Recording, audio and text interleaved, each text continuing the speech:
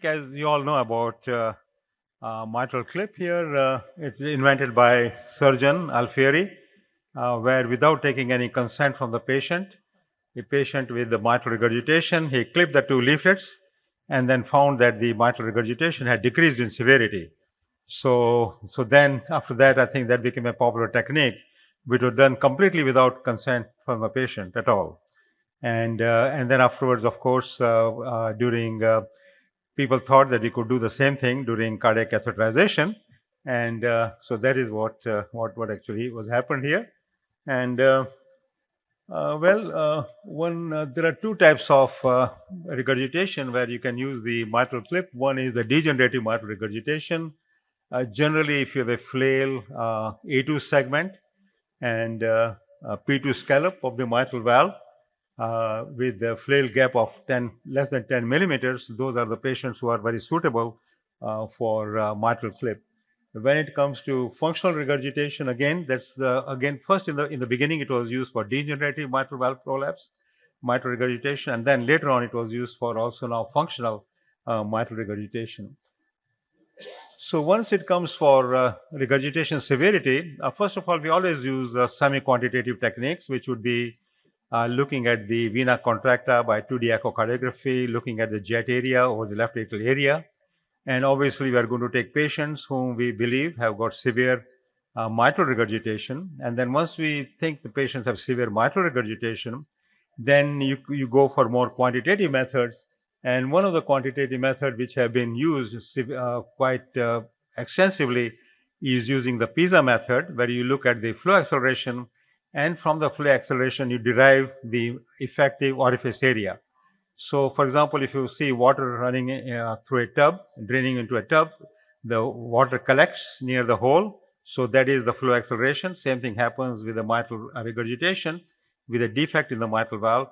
And then, of course, you go into the area, the hole in the tub, and the flow will come to the area of that defect and then go into the drain. And same thing happens with mitral regurgitation. So, despite the fact that PISA is used extensively, it has got its own problem. First of all, you are not directly measuring the hole in the valve, you are measuring it indirectly. Secondly, many times it assumes that the shape of the hole in the valve, the defect in the valve, is actually elliptical or some sort of a geometric figure, but most of the time it's irregular. The hole in the valve is irregular. So the PISA, despite being used all the time and pretty reliable, is not really very completely reliable. So one other method to go for is to go for 3D assessment of the vena contracta. There you don't use 2D echocardiography, you use a 3D echo, and you can, I think PISA is also, there are some studies showing PISA method can also be employed using 3D echocardiography. So 3D echocardiography becomes important. Now, when it came to PISA, and looking at the effective orifice area, which in a way simply means the size of the hole in the size of the defect in the mitral valve, they thought the threshold should be for severe primary mitral regurgitation should be greater than or equal to 0.4 square centimeters and 60 cc's per beat for mitral regurgitation volume. But for functional regurgitation, the European guidelines thought that was too much, and even if the effective regurgitant area was 0.2 square centimeter or more, and the volume was even 30 cc's rather than 60 cc's, they should really undergo mitral valve clip. What the American Heart Association and American College of Cardiology guidelines decided that, of course, if you go for 0.2 square centimeters, that is more sensitive, but not very specific, and you really have to go for more than 0.4 square centimeters, which is more specific. So usually most of the time we use 0.4 square centimeter as the vena contracta area. You can talk it vena contracta or effective regurgitant orifice area, basically the area of the defect to the mitral valve, and then you calculate the volume, it should really be 60 cc's. So if you go further now here, for example, so quantitation of mitral regurgitation, which is very important to perform before you go for mitral clip, should be performed using 2D or 3D PISA method, but preferably, because of the problem with the PISA method, in our at least view, should be done by 3D vena contracta area. And I can show you this study here, which what you do is just go for 3D echo, and you don't have to have a big sector, small sector, so the frame rates are higher. Then look at the mitral regurgitation jet, and you have this flow acceleration here on the top before the valve on the atrial side. Then you have the mitral orifice where exactly is the hole. So you bring down your cropping tool right to the level of the mitral orifice, and then a mitral valve, and then unfast it, and you can see this is really the vena contracta. My font is not working very well here, but you can see that turbulent area is the vena contracta. The one shown by the arrow. The one on the top is simply following the LV offload leg. So you can see it's a very irregular vena contracta. Does not have any geometric shape, and you simply planimeterize it, and you know the area. And if the area is 0.4 or more square centimeters, then the patient has a severe mitral regurgitation. So we can think in terms of mitral clip. You can do the same thing on the transesophageal echocardiogram, and again you can make sure that you are at the level of the leaflets. And here at the bottom, you can see the vena contracta is more than 4.4 square centimeters, so that is severe mitral regurgitation. So that becomes the first thing that we need to know about patients suffering from a clip. For degenerative mitral valve regurgitation, the best results are obtained if the flail gap. So if you look at the two leaflets of the mitral valve, you look at the gap. If that gap is less than 10 millimeters, and if the width of the flail segment, which is given in the bottom here on the right side, if it is less than 15 millimeters. Now that is done by 3D echocardiography. The rest of them can be done by 2D echocardiography.